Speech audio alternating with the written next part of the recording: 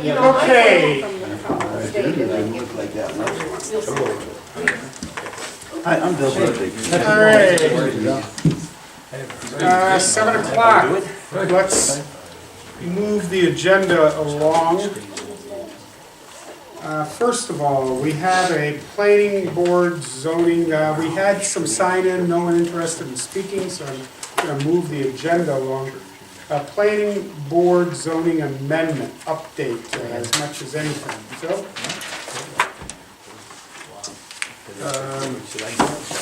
I'm reporting to the board that the planning board has acted on the petitioner's request for a zoning amendment of the parcel of property along the Tony Drive and Menard and Large parcel. I've met with you a couple of times about that.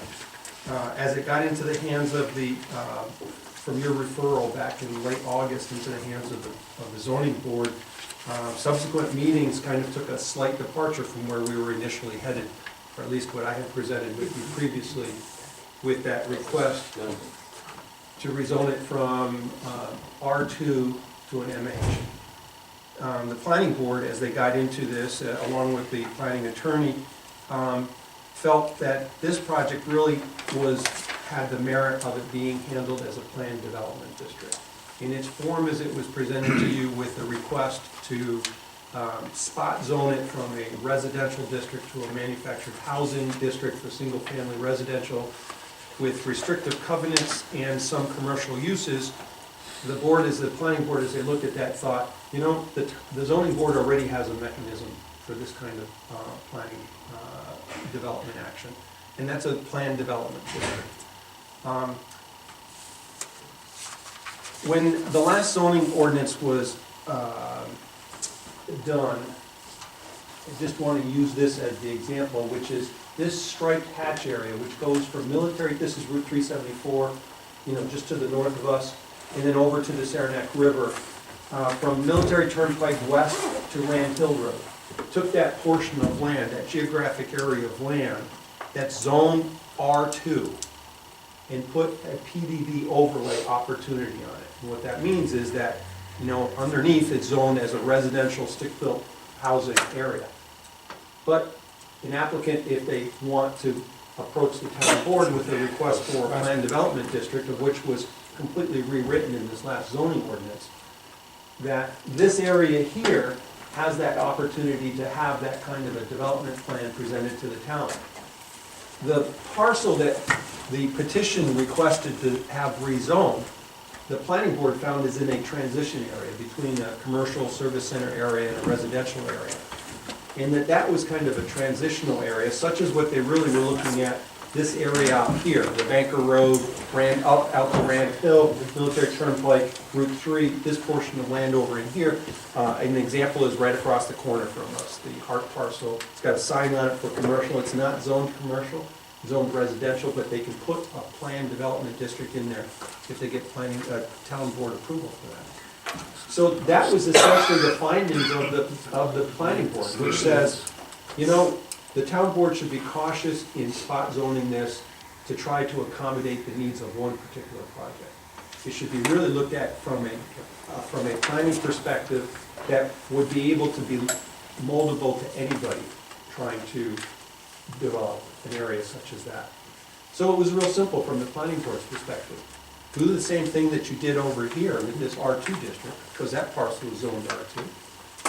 It's got the characteristics, the petitioner's request has the characteristics of a planned development district, but it's not, it doesn't happen to fit in the overlay area. So it was a real simple recommendation from the planning board, although you say it on its simplicity. The first step was that the planning board said their recommendation to you is to terminate the petitioner's request. That's their recommendation to the board. Don't act on rezoning this from their report recommendation to you. However, they didn't just walk away from a don't do this project kind of action. They then proposed to the town board on their own, which the planning board can do. The zoning ordinance allows the planning board to make a recommendation whenever they want, but in this particular case it was coincidental with this action, to make a recommendation to the town board for a zoning amendment change. So that's what they've done. They actually first recommended the petitioner's request should be terminated for consideration, but then they went further to say, and I have to look at my cheat sheet here. I think you all got the copy of We this. got some, so we didn't get much. The specific recommendation, as it's found in the report, then goes on to make the recommendation to take a cluster of parcels. This is the Tom Miller Road. Benny Blake Road is right over here. This is zone service center. This is zone center across the street. This is zone manufactured housing. The petitioner's Is parcel. that Tom Miller or Ruger? This is Ruger, I'm sorry, did I say Tom Miller? Yes. Ruger Street, and this is McConey. McConey is a short 500-foot or so, 400-foot long public road. There are 6 parcels of land that are currently, well, 5 of the 6 are developed, that are in the R2 district. So the planning board recommended to take this whole block, which also includes the town has a parcel of land down on the far south end of Benny Blake Road, a 15-acre parcel of road, it's zoned R2, to take that whole section between the MH and the service center, and to put that whole entire area into the overlay zone for the PDD. The R2 zoning district still remains as the underlay, as the zoning district, but to allow the PDD overlay into that whole geographic area. A little problem was discovered in doing that, though. The problem was that the uses that are allowed in PDDs don't designate residential uses as a use in a planned development district overlay. We think that it was maybe perhaps an oversight in the writing of the last zoning amendment. So that's a second recommendation, is to then add in to the allowed uses the residential component in a PDD, because that's what the applicants requested. Well, Jerry, that we rewrote that quite a bit. Because this one down here was a PDD, and that included housing. You were No, right. that was site plan. That wasn't a PDD? Nope. That was multifamily. Okay. I mean, it had all the characteristics of a PDD. But that project was approved by the planning board, and you bring up, that's that subtle difference between the two types of projects, which is ultimately the petitioner, Labarge, pursuing this project, would be coming back with the project and presenting, should you make the zoning amendment change, you would be the ultimate body making the approval of that. You would still do the referral, just like you do with the zoning ordinance amendment. You would refer the project to the planning board for a report back to you. But you are because I started this with the planning board's recommendation was not to spot zone this property. They want the opportunity for the development plan action to still remain with the town board. They would then render you a report upon a project coming to you in your determination whether or not it had the merits to go on to being a PDD. And then they would review that, and then it would come back to you. And it will be interesting. We relaxed, I think, the language in the PDD to make it less burdensome, because we've not been effective in the last prior 10 years with PDD's approval in the town. And what I mean by relaxing, for example, was we reduced, for example, the acreage requirement. And then there were some really tougher parts of it. We still haven't done a PDD approval in this town. It will still be an interesting review process. The petitioner wanted to use restrictive covenants to kind of allay some of the concerns of the board. Well, now you'll have a little more opportunity to take those covenants and actually work them into the approval process of the project itself. So there was, that was the overlay, adding addition of the single-family residential into the language for allowing in the PDD zone that use. And then also, I don't have. What page number is that, Phil? I'm on page 9 of the report with the recommendations. And I think you might all recall that this parcel goes all the way to, from Ruger Street to the Saranac River. And in the last zoning rewrite, we were taking portions of property along the Saranac River.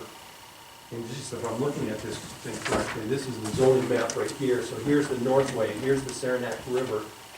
Here is the parcel that goes all the way back, and this is then Ruger Park over here. This green parcel right there, and I'm not sure whose ownership that is, that's zoned land conservation. That land conservation was a restriction in the land development along the river so that it wouldn't be commercially developed and then preclude the opportunity to go ahead and use that corridor for recreational purposes, public recreational purposes. So the recommendation is to rezone that consistent with the others. So we didn't exactly say, 150 feet or 300 feet. I think we've got to kind of look at the surrounding parcels and see what the specific distance it would be for the mapping. Which kind of brings me to the point of, I think that the recommendations from the planning board are fairly straightforward. Don't demand or require significant work effort to put language together for the rezoning, but that's still going to need to be necessary. And I think they can be done very simply, but we would want to work with you on what portion of that land conservation. What's the NWI wetlands? Those are the National Wetland Inventory, which is just a kind of, the federal government doesn't have mapping like the state of New York has for wetlands. So they give some characteristics that might lend that property to be a wetland property. So it's kind of a flag on that property to take a closer look at it. So the wetlands that are DEC and NWI are a barrier between the developed, possibly development area and the river. Yeah, I think where you're going with that is that you would just simply rezone the wetland area. Well, I noticed that it would be Maybe a very little- easy to rezone the wetland area, except that one section is pretty heavily wooded, but that could be part of it. But also then I noticed that there's also NWI wetlands that are further in that they would have to ameliorate if they were going to be putting in. Yeah, anytime it requires a permit, and the permit conditions would then drive. Keep your dice. It's on page 4 on this one. Scott, that's. Oh, that's his petition, okay, that's what you're looking at, you're actually looking at the petition. And I don't know if this is accurate, or from what we discussed before, what we looked at before. Here, Yeah. it seemed to be accurate. Yeah, so you might want to, This is the wooded area here along the river, and then this is the other. yeah, this which is the property line substantial right. part of what's outlined there that he was going to be developing before. Well, what's a little challenging with that is to know where the property line is in that, see, because it's just, that's the river. I don't know who owns the river, but ultimately, we'll have to do some research to come up with, a map, because that's what you'll be doing. You will be changing the zoning map. And we would need that. So the actions then, if I got this right, you would have for your November 4th meeting, 2 resolutions. One resolution would be to terminate further consideration of the petition, and then the second would be to schedule a public hearing for the 3 recommendations. That would be November 7th, Okay. it's Thursday. That's just the public hearing, you said, right? Yeah, that's to schedule the No, but the consent. The public hearing, That's a regular meeting, our normal meeting that night Okay, is now on I the thought you 7th. had said that it was just gonna be the public hearing on the budget. That's all there is about the budget, Okay. it's a regular meeting Okay. at the same time. We'd have these 2 resolutions then. yes. for November 7th, terminating further consideration of the petition and then scheduling the public hearing. And then along with that public hearing would also be to refer this to the Clinton County Planning Board for their The December meeting. public hearing, could you go back over for a minute, what the purpose of the public hearing is? It's a requirement, it would be for those three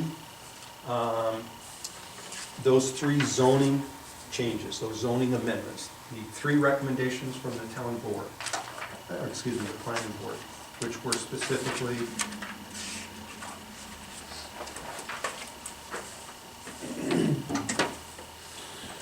the overlay area of this portion of Yeah. land, to add the PDD as an overlay to this R2 district, to amend the allowed uses for PDDs to include single-family residential development, and then the zoning map amendment, which would be the conversation about the green strip for zoning purposes along the Saranac River. Yeah, because there's gonna be a public hearing, it's gotta be publicized. Yes, no, so the resolution is the resolution to establish. set the date. To set the date. We aren't gonna have the hearing, just a resolution to set a Oh, future date. that's what I was, okay. that's- Just one of our orders of business. Just, okay, so if all we're gonna do on the 7th of November, we're going to deal with a Set a date. resolution For future hearing. considering setting a date for a public hearing. The land that's, Who's gonna write who's gonna write all this up? I was working with the last town board resolution that you used for zoning action for the purposes of setting the public hearing. Yep. So, but what we will also need for when it's out for, once the notice is made, you'll need the language. So I'll have the language for you next week when you take the action. Yeah. the property that we own in Benny Blanford, is that included in this Yes, overlay? yes. So all the land up to the Benny Lake Road, from where the, Yeah, here's the zoning map right here. This is the zoning map, so it would be those two parcels and these frontage and parcels. this one here. No, that service center has already got the ability to have a PDD. But the overlay would, The overlay is for those areas that a PDD is not allowed, such as. so you're not gonna put an overlay over the service? No, because you don't need to. By that zoning district, a planned development district is already an allowed type of project. That was a really good end product. As a result of looking at a request, you really surfaced something that doesn't discourage the developer, and it puts in place, as you indicated, things we were trying to get by covenants to try to control the direction the development would take. And it really creates a larger buffer area without, as you say, the spot zoning changes. It just, overall, was a really good evolution, a far better, longer solution for that entire region. That was an aha moment. It's an iterative process. When you bring It's good. more minds into it, then there's another picture that's presented and understanding is generated, and this is the outcome of it. In that process, Phil, there would be a public hearing, then there'd be an action. Is there any waiting period or period of time that uniquely we wait for the county to react outside of that? Do you know offhand? It's got to be, the zoning amendment needs to be referred to the county planning board, which I think that we can have that for their December meeting. Okay. We meet their December deadline. And so you can't, the town board can't act until the county. Can planning that be board. prior to the public hearing? So that's going on and we set the public hearing? Actually, the public hearing, I think, well, I don't know, because we'll have to look at the clock here. It's okay either way, Okay. as far as I'm familiar with. We'll review that. Um, That sounds good. So I gotta work the timing out for you, for the, because you're not gonna act until the 7th, you said. And you've got a mandatory timeframe associated with the notice itself for that, so I gotta look at the clock. So the hearing would have to be, right, whatever that period is, So that you can after schedule the a 7th. board meeting, I'll work with you on But that. there should be plenty of time to do all that prior to spring planting season. That's good. Anyone have any other questions for Phil or concerns with the direction this took? It really is a much more positive direction. So this Really is. plan development district, the person who presents plans for it can or cannot include the service center area. Is that a separate PD? You said it was already included in the service center area. Are you saying if the person purchased both pieces of land, can you do a PDD across those? Yeah. Yes. Okay, so when we establish the PDD district, we're only establishing it for what it isn't, but the service center We're is already. expanding the opportunity for PDDs to occur, to include this portion of land. It already can occur there on the SC, and so now it would be expanded to be able to include that area there. That would include the parcel that the town owns. Good. Yeah, and so, it's still, like the property owners on Ruger Street there, they'll be notified of the zoning amendment, but, their actual land will still be an R2 piece of land, but if they sell it, then, maybe to the owner that wants to do a PDD, wants to pick up that land, could purchase that property and then have that available to him to do the It PDD. might actually positively impact the values. Yeah, it shouldn't negatively No, impact it, it not might, over the- might really push them the other way too. That's good. Anyone have anything else for Phil? Appreciate you. But you said you're gonna push this through by December. So with the plans are already in here, Yeah. for what they wanna do for the PDD district? No, they'll have to make an application. That all starts over. Whole new process with a whole new zone area now. So we won't have to look at whether they're meeting all the criteria that we were talking about before until next year. Yeah, I don't know what their plans are to submit. I'm sure that you'll probably, once you take action and make a zoning change, I would suspect that they'll start working on putting a PDD application together. But they still have to come back to us and we Mhm. still have to negotiate on the Mhm. land around the river and that. Well, you're going to include the rezoning of that portion along the river now. Okay. Okay. And we have to just look into that though, to find out where it's gonna be. Yep, So that's gotta be done before yep, December. we can get on that pretty quickly. Thank you, Phil. Okay. Thank you. We'll look forward to that in Good presentation. November. Yep.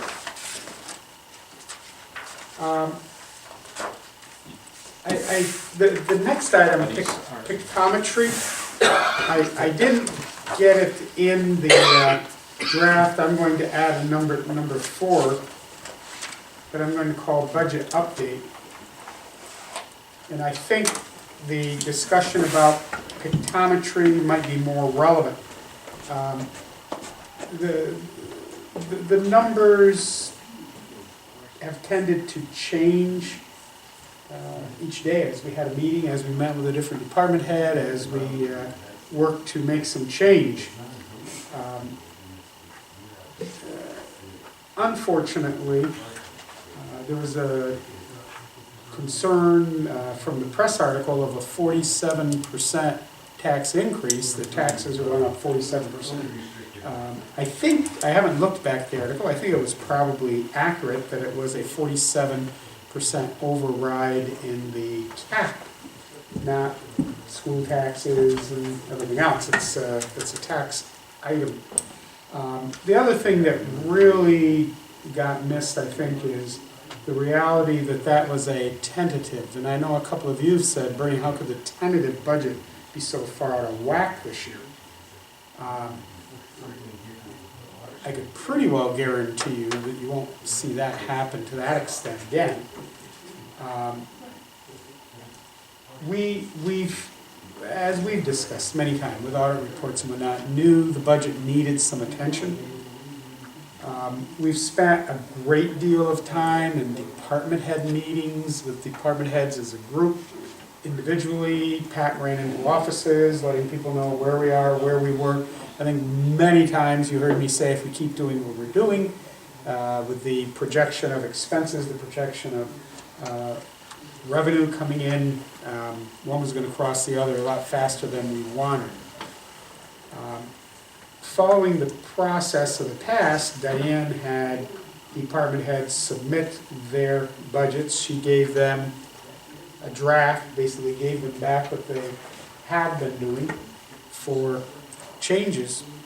And we didn't get the response that I had hoped for. Should have known better, I guess, which is why I say that won't happen again. And we ended up with a budget that didn't meet our needs. You've all been to some combination of budget meetings where we've discussed cuts. I need to go through with you tonight some approvals so we go forward. We have got to put together, Diane's got to put together a preliminary budget. I would like us to have that. We should have that by Friday. The ad for the hearing will be in the paper maybe as soon as tomorrow. We've got to get this done. So there's some tough decisions. I think we've made them. I need to confirm them. More than once I've indicated when it comes to people's lives, their jobs, not only do we need to let them know, there's a process. It's not a little private business. There's civil service laws, there are union agreements that we have to follow, seniority rights, etc. What I did draft for you, and you need big visuals sometimes, is, and I thank Pat for crunching some numbers on this, we have in blue the tentative budget with the exclusion of the fire districts. Now, we talk about budget, and I've gone through this with Diane and Pat, I don't know how many times. My interpretation of certain words and theirs can clearly be different things. There's a lot of the language. I don't think we still have all got the same ownership of. And we go through that a little with things like even with Phil just now. This is graphing the tentative budget. I never called it a wish list. Having gone through it, I will call it a wish list. That we were given by our department heads is the one that got published. It was just under 15 million, excluding the fire departments. We don't have any control at all there. As compared to we're calling it preliminary budget. I don't have a preliminary budget, but if we take everything we've talked about and take it out, we'll be down to a little over 14 million.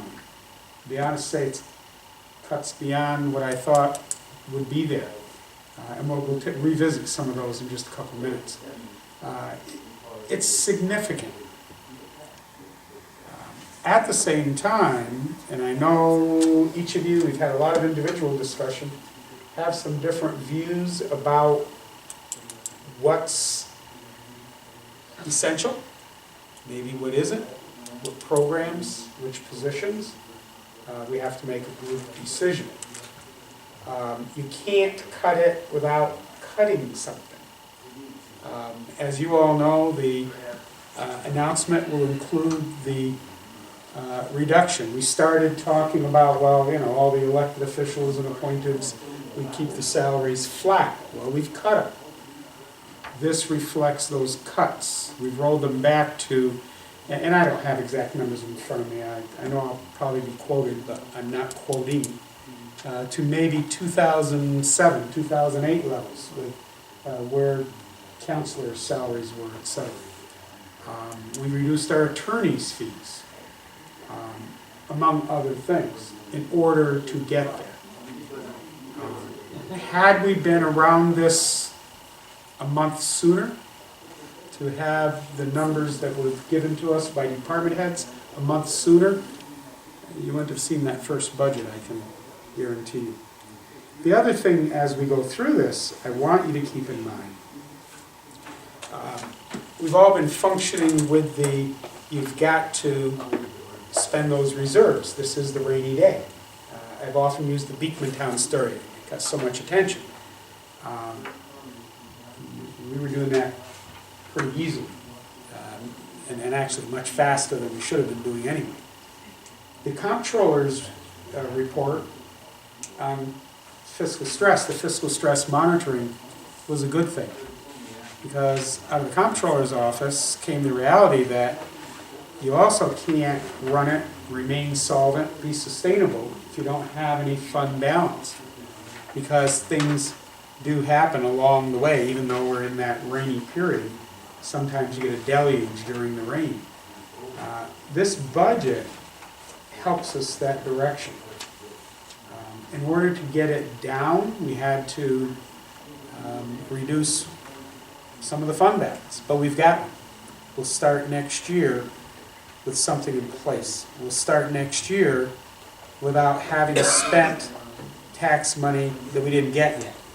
That was a huge problem. That shell game was going on more than I even realized. And if we have what often happens, sales tax revenue comes in above the predictions, we'll have more fund balance. Going into 2015, we'll even be a little more solid with our financial affairs. Mr. Coffey, many times over these last couple of years or so, has used the word sustainability. I think this puts us on that road, which is what you want. You don't want to become another Detroit. So there are a lot of things to keep in mind as you look at it. At the end of the day, the last thing is, we have to keep the roads open. We have to have sufficient funds, materials, and personnel to repair the infrastructure, the water lines, the sewer lines when they go. There's a lot of talk about unfunded mandates, and I've learned to totally dislike the phrase even, because it is terribly abused. But there's a lot of stuff we have no control over that we must do, must provide, insurances, etc. Like every homeowner, we have to pay the electric bill. We've done some things. I know Paul's very proud, having worked a lot on the lighting district. There's some real savings there. But we had to spend some money to be in a position to get the savings. That made this year all the worse. You could argue it would be a great exercise for a debate group in university, should we have bought the Cadyville Park property or not? Yes and no could both win. Obviously, the majority, we agreed it was the right thing to do for the community.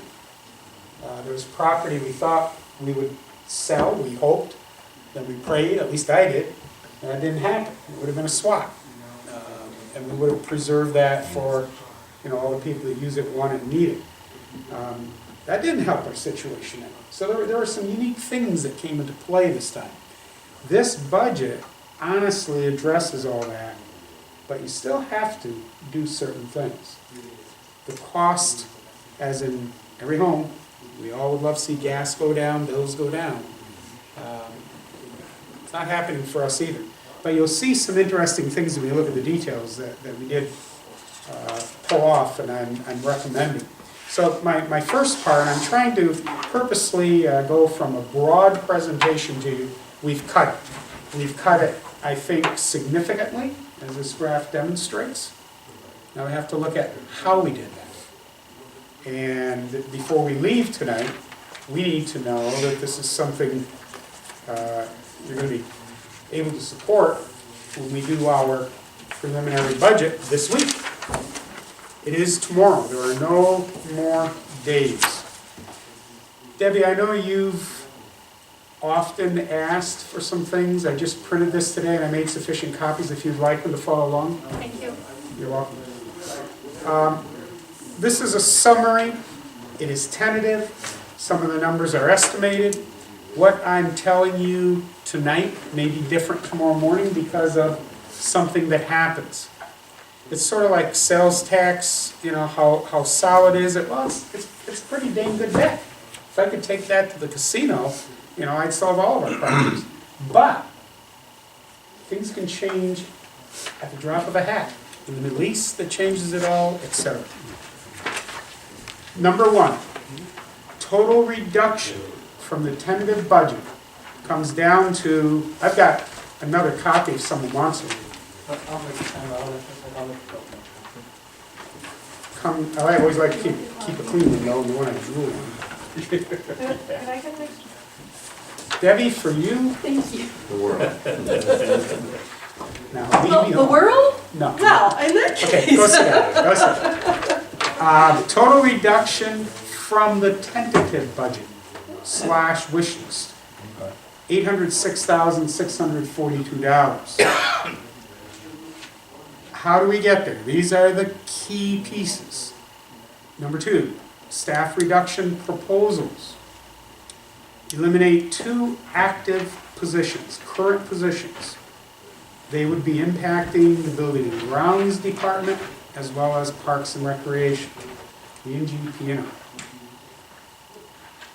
We also do not fill a vacancy created by the recent death of our Deputy Highway Superintendent, Tommy King. We will leave that position open. We're leaving a position, not necessarily that position. That position wouldn't be filled. There is already, as you know, you passed a resolution, a new deputy. Right. But So that there is a deputy. particular position will not be filled. We also take from the budget, and I think you were probably at the meetings, 2 positions that were not filled, may not have been filled, hadn't been filled last year in the water department. I suppose if I was the director, I might have kept them there also, because if they're there and I need them, it's a lot easier than if 3 years later something changes, now I gotta create positions. Those are gone. It would be a total of 5, but realistically, you have 2 current employees who would, under this plan, be out of a position, and 1 position vacated as a result of the death. Number 3, this number includes reducing town board salaries and eliminating, I put FTPT, full-time, part-time deputy supervisor position. We've gotten a couple of emails on some issues, and I regret to say, especially natural gas, which was a big one Marty focused on. We don't report to you every activity. It doesn't make sense. It's illogical. The issue with a town-wide natural gas franchise that would enable us to have the opportunity to bring this to more properties, we would like certainly to see us involved. Cumberland Head has been a key target of ours. That's extremely active. The conversation today, an attorney Marty's worked with who kind of swore us in confidentiality, which is totally necessary because negotiations are going on. My concern is, as with the positions in other departments, you can't do the same thing with fewer bodies. Maybe we don't need to do those things. That's what we have to consider.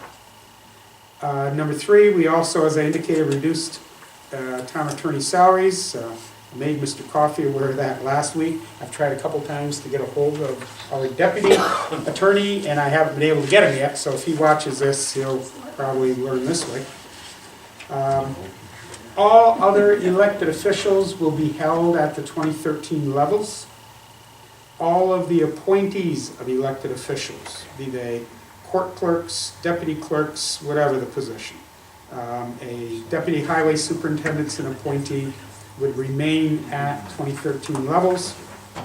The budget officer position will be reassigned at no charge, no added stipend. And the current principal account, Debbie? Sorry. The current principal account clerk's salary will be cut. The registrar of vital statistics salary is cut. You know we're in negotiations. We have a session with our union employees so far, still scheduled for tomorrow. We brought a mediator in. These budget numbers include a 0 salary raise for 2013. Again, a little tough when you're still negotiating. There are some other issues, we're gonna talk about insurance later. I said this would make more sense, it'd make more sense when we get to that, to going through this. Contractual services have been cut. The details, you'll see some of that in a little bit.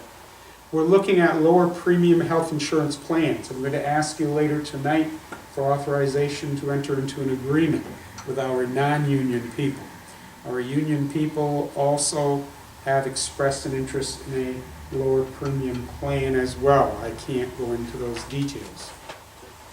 Number 7, miscellaneous program and conference funding cut or reduced, all part of getting to the 2014. Number 8, there's been, again, a lot of information, a lot of misinformation, a lot of confusion. When I get to sales tax, I think I've gone to Pat or Diane more than once in a day's time with the same question to try and truly get around it. It appears simple until you have to do it. When you have to do it, there's a reason you have skilled people involved. Sales tax, any excess for 2013 would be used to finance operations this year, and anything left beyond that, we would pull into the fund balance in 2014. Remember, one of our goals, we've got to build the fund balance, or you're going to have this scenario again. I don't know about anybody else, I don't plan to go through it again. So this should be a course adjustment that next year we can look back and say, okay, that wasn't pleasant, but we're moving along in a more positive manner, and the year after that to say we're much more solid.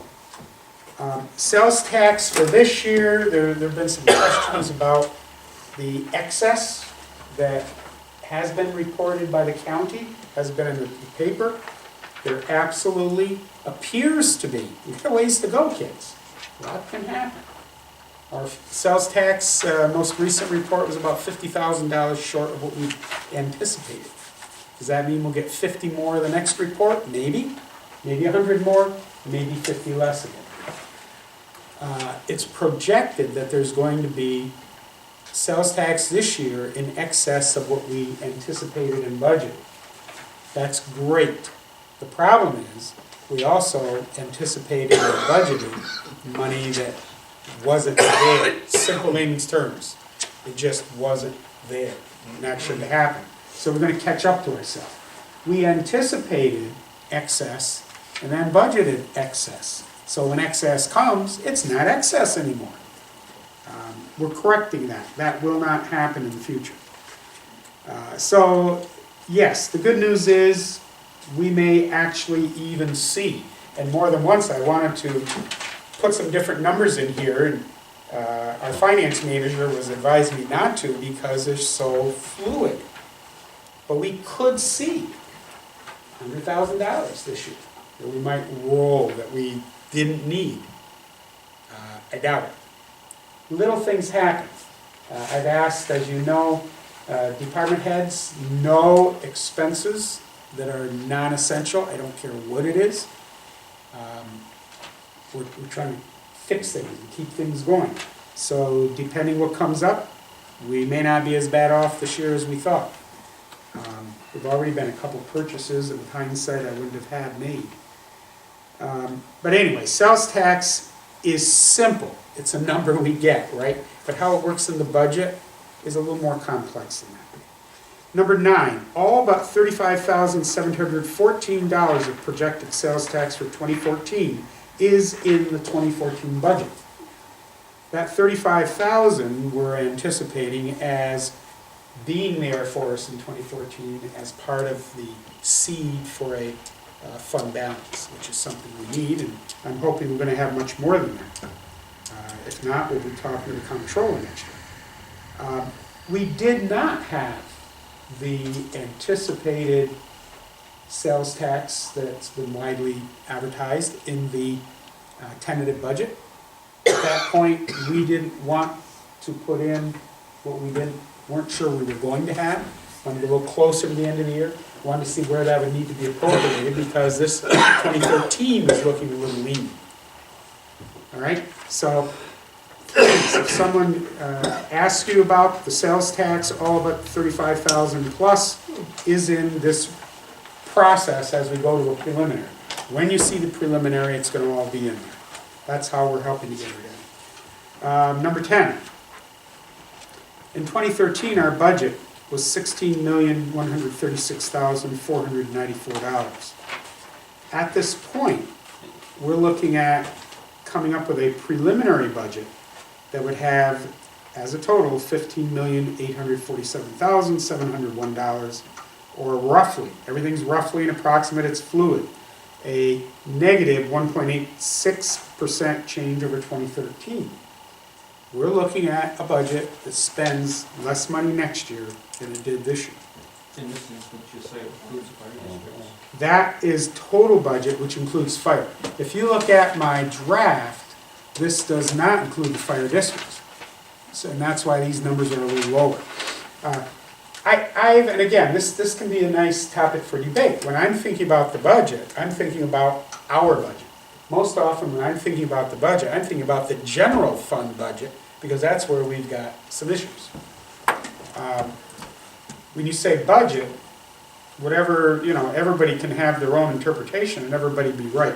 That's why I noted, Tom, this is total budget that will be a number that was in the tentative, that will become the number in the preliminary. And we have to consider that. It would be nice if the only bill any property owner, we're all worried about homeowners, I also worry about business property owners.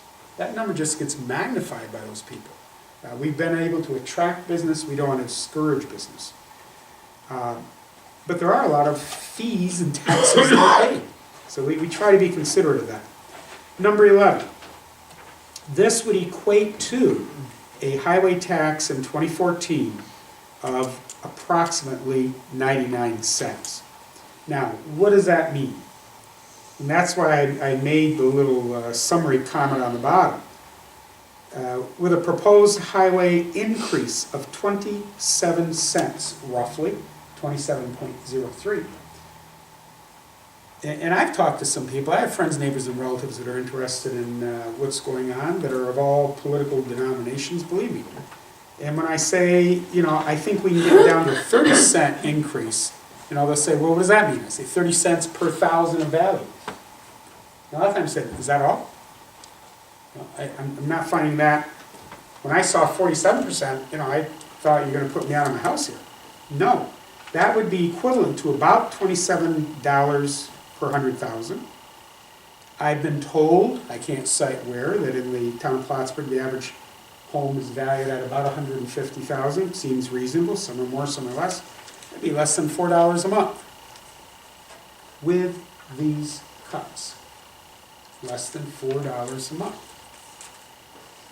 I don't know about anybody else, but I have a cell phone. That's about 4 seconds a day, I think.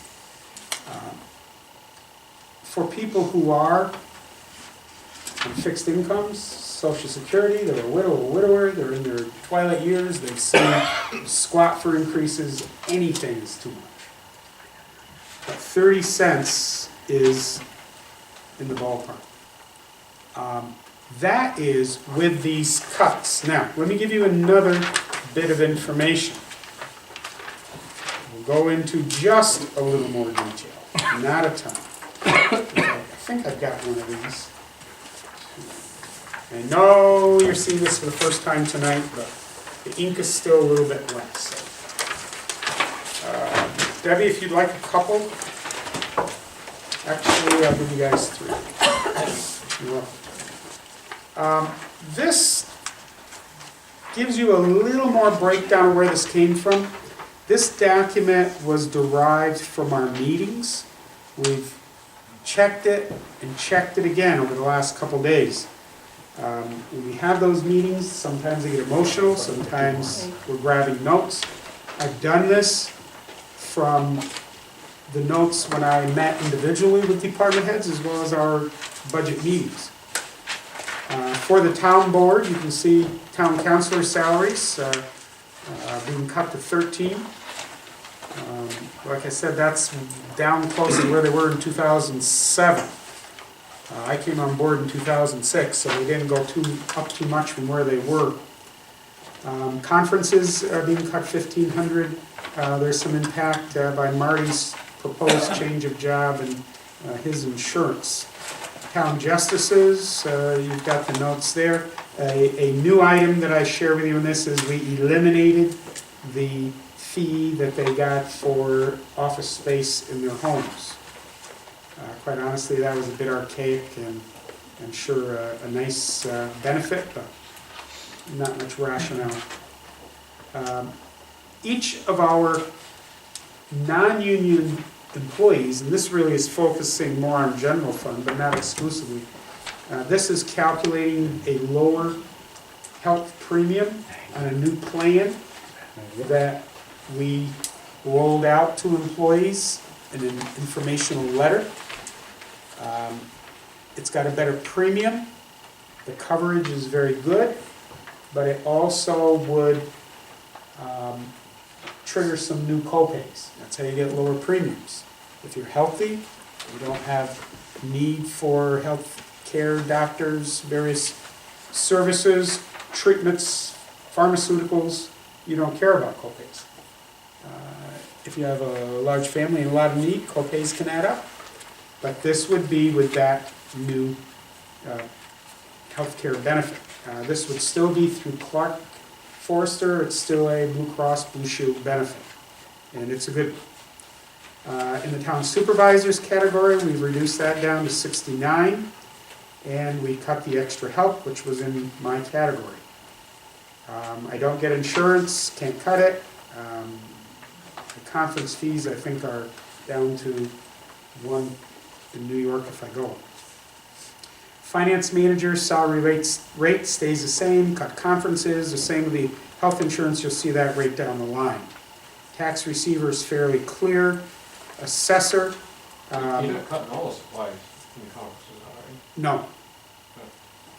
But pretty close in some cases. Assessor, salary at the 2013 rate, he came in his tentative budget with a salary adjustment that convinced me my preaching earlier wasn't heard. Contractual services, etc. Town clerk is clear. Attorneys I've mentioned. General office, again, continues to sort of repeat things. The newsletter, we're looking to cut that. This proposal would have us produce a newsletter. We would put it online. We would not do a direct mailing. That's a big part of the cost. We would print some glossies. I don't know what that number is yet, but we could leave a few at, the mom and pops in town and have a few at the clerk's office. So we let people know if they want a hard copy, we get one to them. But that is a savings. Building and grounds, we would eliminate a cleaner position that was somewhat publicly discussed earlier, which impacts building and grounds as well as parks and rec. And there are some other adjustments to put cost in the right categories during the year. Traffic control, you can see what that is, as well as dog control. When you've got a department that doesn't get anything, it's hard to cut something. Registrar of Vital Statistics was eliminated as not the duty. Rick just gets to keep doing the work and not get anything for it now. Highway administration, you can see where that is at. They weren't concerned, Tom, and you are and I am also, about conferences. Sometimes you learn a lot and save a lot. They'll get their information, but for 2014, we got to pull back. Sidewalks are just budget stuff, cleaning it up, putting things where they should be. JCO, we talked about. Program for the Age, we talked about cutting bus services. One of the things I mentioned to Mel is a program, a senior trip that they can fund. You love one every week, I think. It doesn't cost us anything. The point is, You can't get on the bus for free and then spend all your money at your destination and ride back for free. If you can't pay for the bus, cut it. Parks, salaries, again, the cleaner gets brought up in there, and we would eliminate one building grounds maintenance worker. We have to talk about program. We have talked about program. I've spoken with Mel, I've spoken with Art. We as a board will need to finalize decisions. One of the things we talked about that I have no number for, I'm convinced, Paul, you've brought this up many times, if we had anything and everything under the building and grounds department that deals with any building and any grounds, if nothing else, you're going to eliminate some duplication of tools. You're going to have more latitude to reassign tasks. It will be more efficient. And when you get into vehicles, we won't be duplicating. I don't think there's a need to. That is not factored into this, but if we go there, and I think we are, you would see some further benefits. Beautification, you can pretty well see there. I don't see anything too unique. Recreation, bus drivers, that just goes to 0. I don't remember what the number was. I think it was 6,000.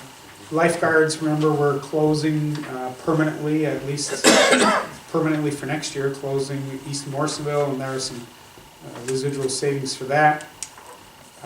As this goes down, you see you close East Morrisonville, and there are a variety of things that are impacted, including even things like water testing. Historian got his conferences back.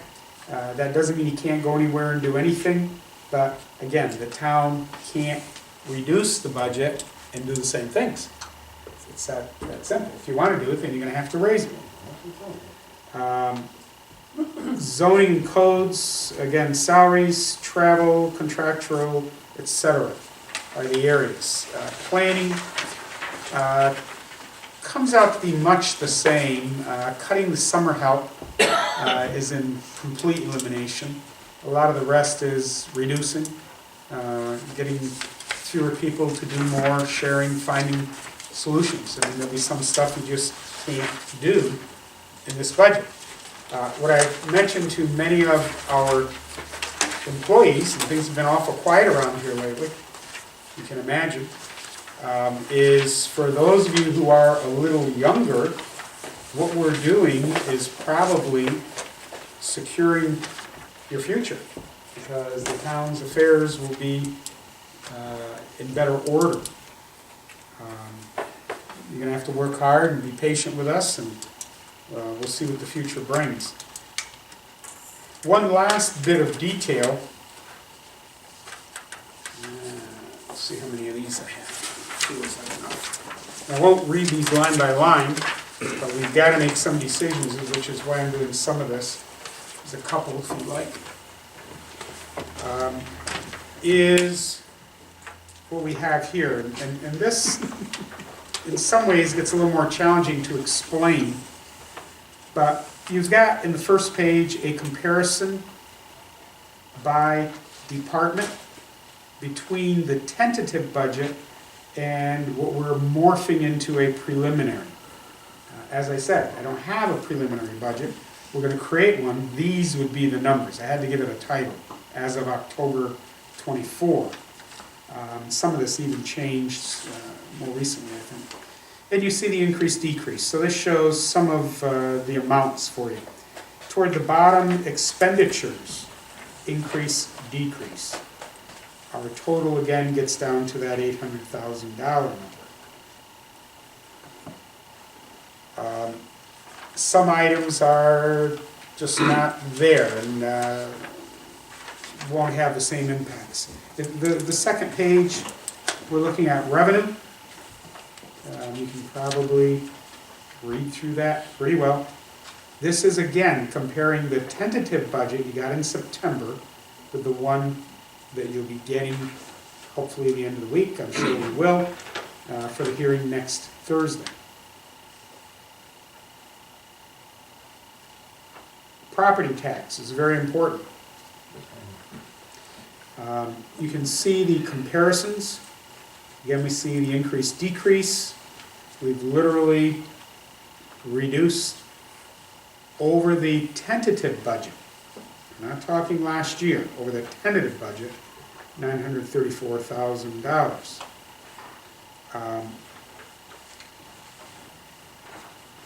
If we go to the last one, sales tax, you'll see where we break out what we hope will be that $35,000 number. That would be awful nice. You can study those things. What I need to know, what Pat needs to know, what Diane needs to know is this the numbers you're ready to receive in the preliminary budget? I'd also remind you, the preliminary budget is the second draft. We don't need a final budget until on or before November 20th. The only thing that can't move up after the preliminary budget is the salaries of certain elected officials. They can go down more after. And the rest of the budget certainly can move about as we continue to review, as we may have settlement on negotiations, we finalize our insurance policies, we get more concrete numbers. You know, every week you get closer to the end of the year, we have a better sense of what the expenditures and balances might be for 2013. It's my strong recommendation that we put these numbers into the preliminary budget, and it equates to the highway tax change as mentioned earlier. That's it. We're still, Marty and Gerard are aggressively working with ambulance budgets. That's always a tough nut. Fire, we have, again, no control over.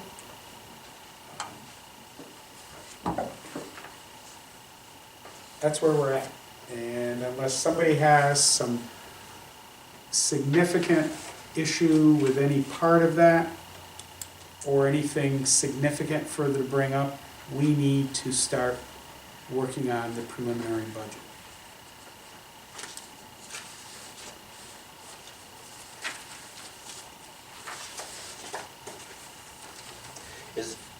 Brian, is there any way to get any significant increase in revenues through rentals of the properties?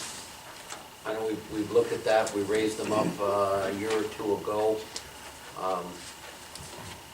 We don't want to chase away everybody who's using them now, but should we take a look at possibly entertaining another increase? I know we talked about use of the Katyville property as well, if that's going to be going out to use for school districts. Do we anticipate revenue, or that as a revenue source for that property being used by some of the schools? We've had a lot of those discussions of how we might, as you said, generate some revenue, and we'll continue those discussions. Remember, if we adopt this as it is today, we still have the issue that at the end of 2014, going into 2015, we want to see more of a fund balance, so we can, better manage and predict our future. So any expenditures through 2014 are going to be looked at closely. We don't want to let things deteriorate. We don't want anyone to be unsafe, but we'll look at them, and any way we can raise some revenue reasonably, we're going to do that too. This doesn't allow for any fund balance in the highway. Yes, it does. I didn't see that. There'll be a general fund balance, highway would be okay. I don't know, and Pat, I don't want to, like to ask you to shoot from the hip. Do you have any sense of what highway might be? At when? At what point? If everything works perfect at the end of 2013 going into 2014. They may be looking at about $220,000 fund balance, If. That's in highway, right? not just highway. I'm not optimistic, but we haven't thrown the baby out with the bath here. We can't do that. I think everybody around this table took an oath to you know, make decisions that were for the benefit of the community, to protect, to assume our responsibilities for the safety, for the reliability of the infrastructure, there's a cost for that. We can't give the ranch away. We've often talked about the external audits. One of the things we were looking at was the declining revenue in water sewer. And it took 2 or 3 years. Remember, when I came on board, we were 3 years behind in audits. Once we started getting the picture, we began to realize that when we got rid of the flat rate, that cost us. When we stopped raising water rates at all, that cost us. I think when I came on board, we were selling water for 97 cents for 1,000 gallons. I mean, that's a slippery slope. It was politically wonderful. I don't know about all of you, I have town water, I remember getting $13 water bills every quarter, I don't anymore. I mean, that was nice, but it wasn't reasonable either. We can't make decisions that sound good today.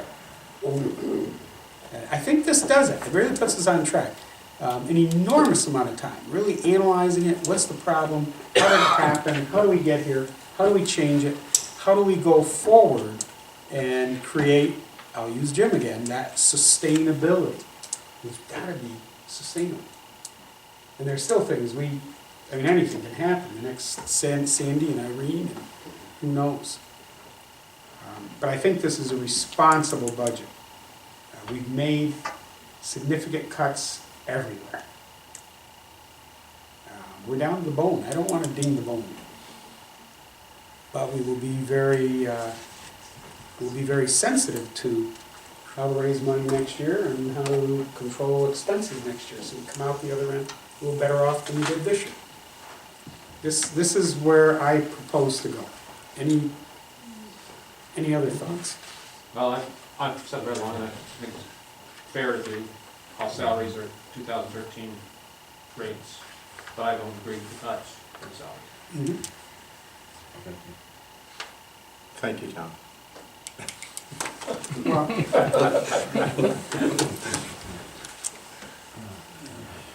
I think that, it's very fine to talk about that.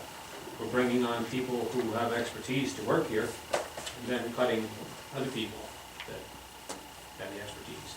This doesn't seem right. There's a lot of things that may not feel right or, as they impact, but the bottom line is we have to go forward, and we've got to get to a place where we can function. And one of the things that I feel very strongly is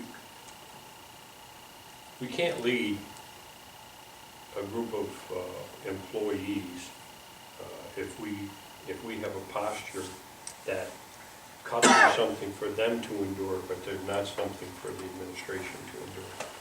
The administration has to share in that effort.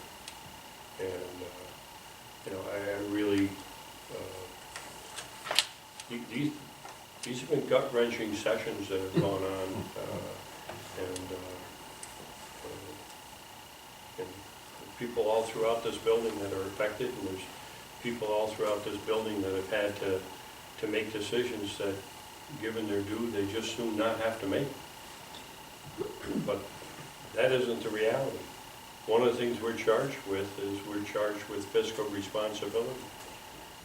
And fiscal responsibility, in one sense, will demand that there be cuts, and significant cuts. And Bernie pointed out over $800,000 has been cut from that tentative budget. At the same time, when it comes to, at the very end, making decisions, we have to do what's in the best interest of the town. And as was said, how do we position the town to go forward? How do we position this town so that it can have sustainability? And that's what I disagree with. We were positioning the town to go forward. We were positioning with the savings that we made by making the purchases, the savings that we made by making purchases that would cost us less in the long run, the ideas that Paul had and everything, and the talk about the variable speed pumps, we talk about the water and everything else. That's the future, and that's what you're sacrificing when you cut everything like this. I didn't say I wasn't for any cuts, and I didn't agree with the tentative budget, but I think that when you talk about throwing the baby out with the bathwater, that's what you're trying to do here. You're getting rid of everything that's gonna be progressive in the town. We'll have the money for the repairs. We've bought the lights, we bought the camera truck that was huge. We still have the plan for the improvements with the water sewer department. Highway will still pave roads. That's what I mean, I think, Tom, in my interpretation, when I say we're down to the bone, if we go anymore, we will be nicking and hitting into those things. Right now, we're still gonna have a class act, but there will be some things we'd all like to do, we won't be able to. Well, you're talking about savings. I mean, we put a person on part-time and comes up with all kinds of grants and things that more than pay for a salary. We're talking about, you know, having a deputy supervisor that works on saving all kinds of money, people with natural gas and everything else, and all the other projects. And you're not gonna have that. You're not gonna have any of that. Okay, it's expense. Oh, it's expense in the budget here. But what does it save over the long run is quite considerable. And that's what I complain about, is that long run, we're not saving people money that way. We've got some good things in place. I can't say you're not right. I mean, I've shared that with a couple people already. I never did less when Marty was around. We were able to do more and participate in more things and chase after things. Some of the energy measures wouldn't have happened. I know Marty will still have his fingerprints all over this natural gas thing. But you can't expect them to put 30 hours a week in. No. Russ, so. No, you can't. You Then know, you cut his salary besides. We're gonna have to juggle it. Yeah. We'll have to figure it out. Then you cut the salaries of the councilors besides. I don't agree. Well, we had to find a way to get there, and I do agree that it's the right thing to do. We can reevaluate it, but it's the right thing to do. We had to reduce that budget. And we're still going to ask for a little more from the community. I think it's a reasonable little more. I'm sure some people will think it isn't. I don't think it is. But we made some pretty significant cuts to get there. One thing I've learned, we're resilient. We're very creative. There are things that people do, they have a passion for, their passion won't change. We'll go forward and we'll continue to be a leader. We're going to do it with less money. That's the way it is. We have to have a budget. Maybe we get on track, Tom, and we can take a look at some creative ideas again that we otherwise weren't able to do. But I don't think we're losing. You know, we talk about closing East Morrisonville. Should have been closed. We talk about no more free bus rides. There shouldn't have been any. We talk about no more conferences for our historians and stuff. We're out bringing tourists to our area, bringing money into the area. Short-sighted. Short-sighted. Well, And that's that- just one example. yep, that he's not going to be stopped from attending all conferences. There'll be less conference money. And you should recall, as we looked at the budget by department with department heads, and you looked over the 2012, 2013 actual expenses to date, there were budgets where some years in some departments you spent more than other years. And as we looked at what are you really spending, well, we were finding in some cases there was money in there that was, if we needed it, but we may not really be spending that, and we can still do the things we want to do. It's not catastrophic, and hopefully it won't be, but And I'll just echo a little bit what Bernie said. It isn't catastrophic, and in some respects, and I appreciate some of your comments regarding my own situation, but in some respects, it's not the choice.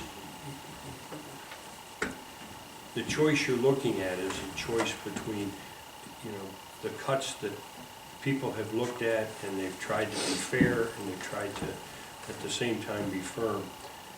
That's a lot different than people coming in here and taking a meat axe to the budget. And when you speak of the historian, there are people, and we've had them here in our rooms, who've talked with us saying, we don't need a historian. Okay? And I think some people need to take a look at what cuts would look like had they been done in a different fashion. I think, there's a value judgment that the historian is an important position in this town. And it's important that we recognize that and that we continue to provide for a town historian. But that, I think, is the embodiment of a difference between how you work to create a sound, fair budget versus how someone comes in and just bludgeons the operation. That's what Anyone have any other comment? What I'm going to ask our budget officer to do, and certainly should be working with Pat, is to morph these changes into a preliminary budget. And that's, you will see the end of the week, I hope. Now, with that said, if we go back to number 2 in our agenda, pictometry. And Tom, you'll like this. This is one I've tried to hold on to also for all the right reasons. Pictometry is in this budget. It's gonna save us a lot of money. It's going to make some money too, because it's an Exactly. effective tool. It is used a great deal. We've tried to spread that out over 3 departments in their budgets to share it. This needs to be approved so they can do the flyby. It needs to be done before the end of the month. The total cost is $34,268, at least that's the document I have. I would ask for your authorization tonight to enter into this agreement so we can get this going. If we don't do it now, you have to wait until spring for the next flyby. That's done over 3 years. That's the total cost divided by 1/3, because that'll Over go 3 out years, over 3 correct. years. Now, again, something that I had talked with Brian about, and I think it really needs to be explored, is contacting the school districts. The school districts are gonna benefit even more so than we are, because of the differences in what we get in salary percentage-wise and what they get in salary percentage-wise. I know that we've stood firm on this and said the counties aren't gonna get it for free, and no entity should get it for free if it costs the taxpayers of the town of Plattsburgh and the town of Plattsburgh taxpayers alone. So I'd like to see those other 2 avenues explored one more time. Would you like to see that explored prior to? I think we need to reach out to them before we go ahead and approve this. I think it's a necessary thing for our budget, but I really would like to have them, report back to us and say, no, there's no way. Because I think they're missing the big picture. Clinton County has clearly said no, Bernie.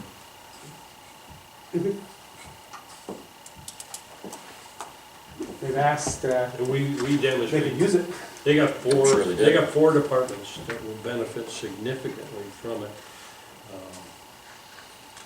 I think their expectation was that they'll just gratuitously benefit from it, but I don't, I think Bernie's correct. We'd be wrong to just make that available. They should have to pay for it, reimburse us for part of what we've paid. They have a similar program right now that I understand we are paying them to access. Right. They got a grant. Thank you. They got a grant. And that's how we got the exposure and the training and have been using it. You know, with the school districts, of course, anytime a property is discovered to have a deck, a paved driveway we didn't know through the pictometry, and it goes on the tax rolls, there's a benefit. But I'm not optimistic for all the same reasons we're doing this, they're doing this. And it adds another layer. Our codes, our planning, and on occasion our highway also gets great benefit from the pictometry as well as any developer that might come in. We talked about fees, you don't want to fee people to death, but maybe when we have a project that comes in and they need a pictometry layer, there's a $20 fee to produce the document. And those are the things we have to start looking at. There's also, from what I understand, and I won't get into too much detail because it may become litigious, is that there are things that are able to be accessed to find out whether or not local laws were violated and when they were violated, or, you know, some kind of a timeline, so that we can go back after revenue that we should have been getting all along. Yeah, and I think one thing that happens when you've got a tight budget, when your department is feeling the crunch, you become a little more interested in working with the board to find ways to generate a little revenue. But I respectfully would say, if we're going to do this, we need to commit to it.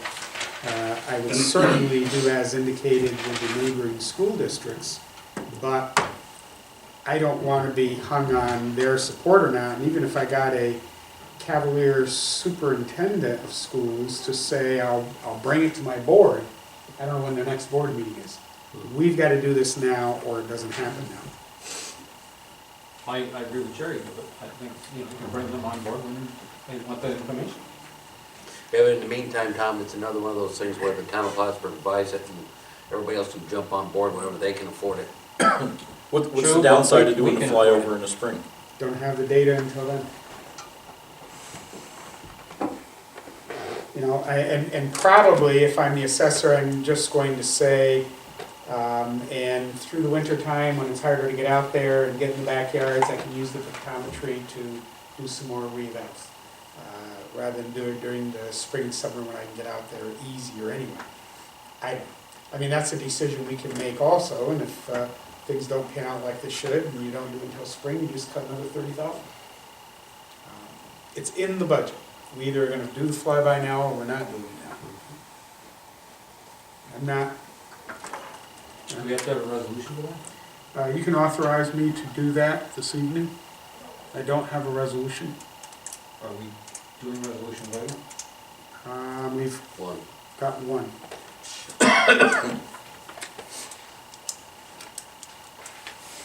We've got a couple possibilities. We just have to speak up. What is your interest, folks? I'd say we do it, because even if they don't join us, and even if they didn't want it later, it's gonna be beneficial to us. And I certainly agree with you that they should be, with you, Jerry, that they should be paying their shares. They want it, but I believe it's something that's important for us to have. And I really see it as a revenue generator and saving money. So I'm hearing from Tom a yes, do it now. Gerard, No. Paul, No. Marty? Yes. This is a lovely position. So I'll make a motion then that we I'm allow them to use the money. I'm going to have the conversation with our assessor to determine the urgency to having this available through the winter. If he can convince me of that, I'm going to vote yes, and it would go 3-2. If he can't convince me and we can wait until spring, which will enable me to have a conversation with the schools and see if we can put some sort of fee structure in, then I'll vote no, and we'll keep it until spring flood. All right? I've met with him, and that's where I'm standing. Okay, no, you're all good, it's, I met with him Falls too, down Tom, on and me. I think for all the right reasons for the town of Plattsburgh, we should have this program. But again, I think this is just, it's other entities taking advantage of what they think is the fatted calf, and I'm tired of it. It may be, but, you know, in your new position, you'll be able to take care of that. Yeah. But anyway, Yeah. up till then, You'll be on the other up till side. then, what's good for the town of Plattsburgh is that we have it. well, and to some extent, if I'm the school district, we seem to be putting a lot on them. Our job is to do the assessments and have the assessments up to par. Why do they have to pay us to do it? It's our job. Why did they have to pay to get involved in assessment disputes? Why don't they Because just if sit we back don't and fight listen? them, Exactly. and that's And what'll if we happen. don't get this program, then they won't get their accurate assessments, will they? Not at the same rate, or we wouldn't be buying. So I will have a conversation with Brian, and if we can, hold off to allow us to put some other things in place, I'll go for the delay.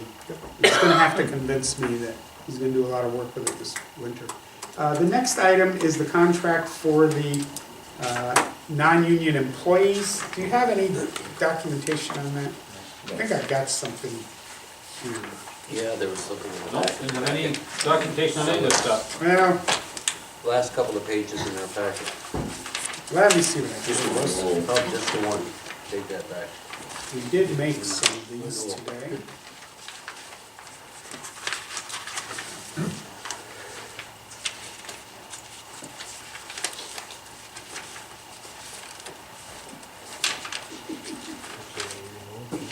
Yeah, that's it. Okay.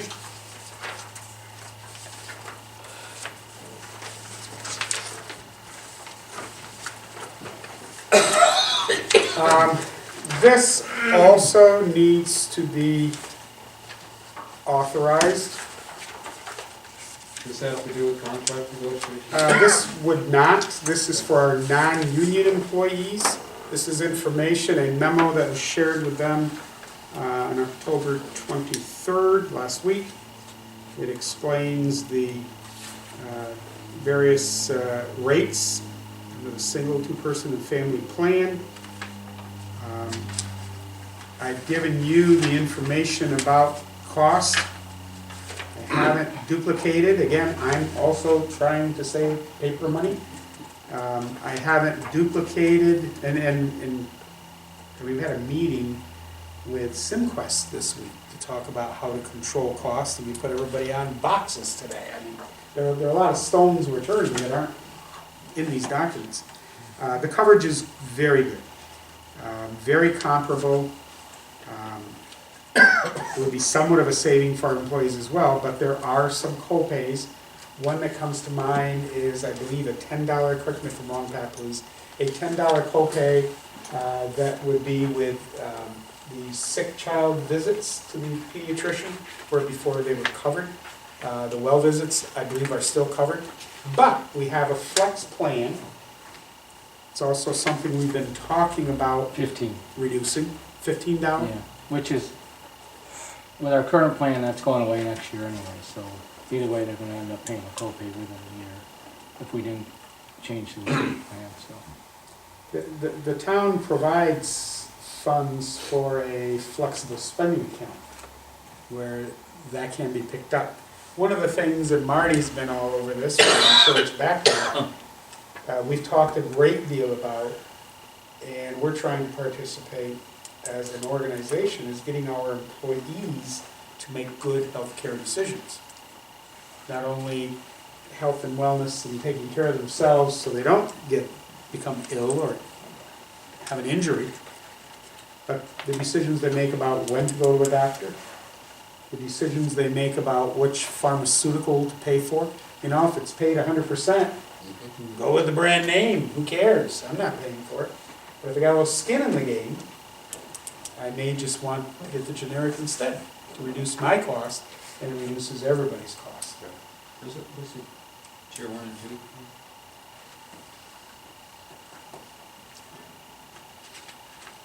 Can I defer to either Marty or Pat on the tier 1, 2 What's the question? explanation? What is the difference between a tier 1 plan, tier 2 plan? Oh, Tier 1 and Tier 2 are plan. just when you were hired by the Yeah, town. it's your cost. Oh, that's in the In contract. one case, they pay. What percentage you 19.5, pay if you're the hired other case after- they pay 14. The, January 1st, The coverage is 2011, the you same. pay a higher percentage. the coverage is the same. Coverage is the same, you Same just thing. pay a higher percentage. I just wondered if there's difference in coverage. What is No, this no, thing? the coverage is the same, that's just when you were Well, hired. I would love authorization to do this evening as well. I believe my notes tell me we have to sign by November 15th. Once we make the decision, this is a decision that as the employer, we make. Once we make the decision, we will work to have a representative come and meet the employees and share with them, you know, exactly what it means. Well, it has I'm to not do- looking for that, excuse me, Tom, I'm sorry. I'm not looking for that entire document to be reproduced, but is there any way Clark Foster could just give us a summary of what co-pays are increasing and where, you know, employees are gonna see different costs and what have you, so that we can, We had that already. You gave it to us. okay, but we don't have it. No, that was in our paycheck on to it. I'm just saying, Compared- we're making the decision for all the employees and I haven't seen it yet, so. So it compares both insurance from last year to the future onto it, and it showed the documentation. Was that this one, Rick, that they put in? Yes. Similar to it. Looks yeah. like that? Yeah. We can get that electronically to board members? Absolutely. Can have it tonight right after the meeting, I'll send it out. And then we can vote on this the 7th, is that? Yes, that would be sufficient time. Is it, in terms of negotiations, is this,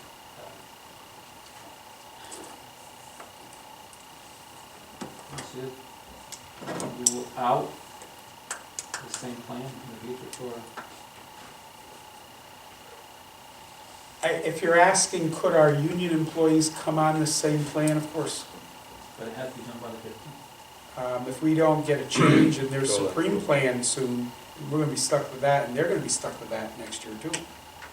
We have a discussion going on with them about another plan within the Teamster insurance that would be significant savings for them and for us.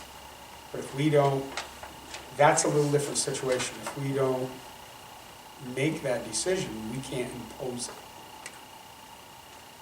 And decision has to be by the 15th? For this, it does. The other is gonna be very close to that. I don't know the exact date. There is a meeting tomorrow that either will have progress or it's done.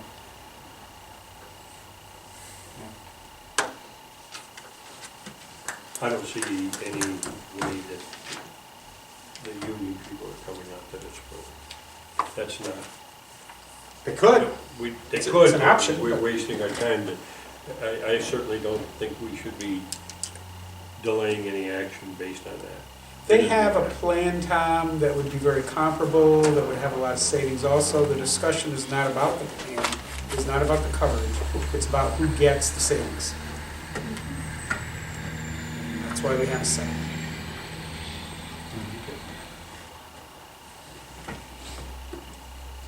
Okay, so I will have, Pat will get that information to you, and we will have a resolution for the authorizing to get in and enter into the agreement with the Excelis Employee Health Plan on the 7th. And I will cast my vote on the pictometry tomorrow. I will let you know right away. I guess if I have to tell you where I'm leaning, if I can't be convinced there's a benefit right now, because it gives us some time to try to put other things in place, I would defer it. We need it. It's in the budget. If we can wait, Do you encumber the it's fund? not all bad.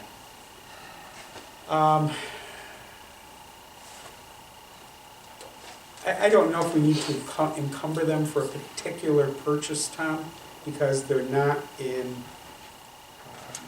We just won't get the They'll same be rate. rolled over. Would just be a higher rate, so. that's a question to be asked. If we do it now, is it going to be less expensive? I don't know the answer to that question. Okay, well, that's the fun part for tonight. Let's move forward. You have minutes to the previous meeting.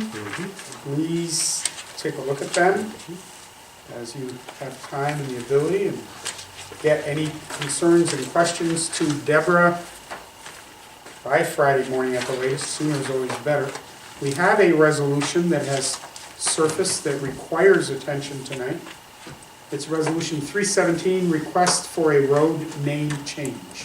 Whereas the town of Plattsburgh has received a letter from James Wood, town of Plattsburgh Highway Superintendent, in regards to requests from emergency services to make a road change name.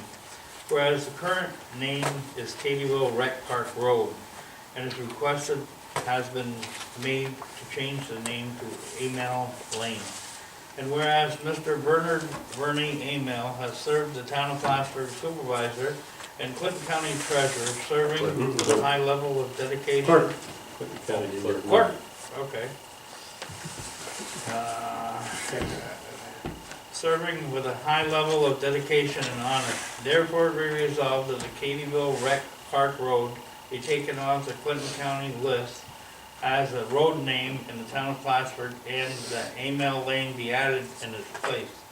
And it be further resolved that the town board hereby accepts the name change request from the highway superintendent, and a certified copy of this resolution be given to Clinton County Emergency Preparedness Office, the Clinton County Planning Board, and all department heads.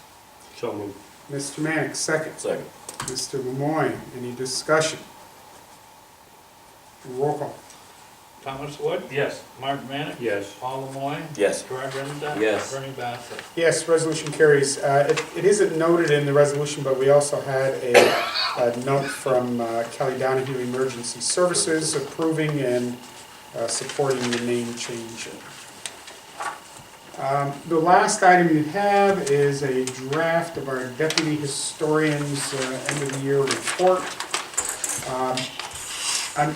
Unless there's a concern to engage further, I don't have anything new about negotiations other than what I shared. There's a meeting tomorrow. I can pretty well guarantee you after tomorrow, I'll have something to share. I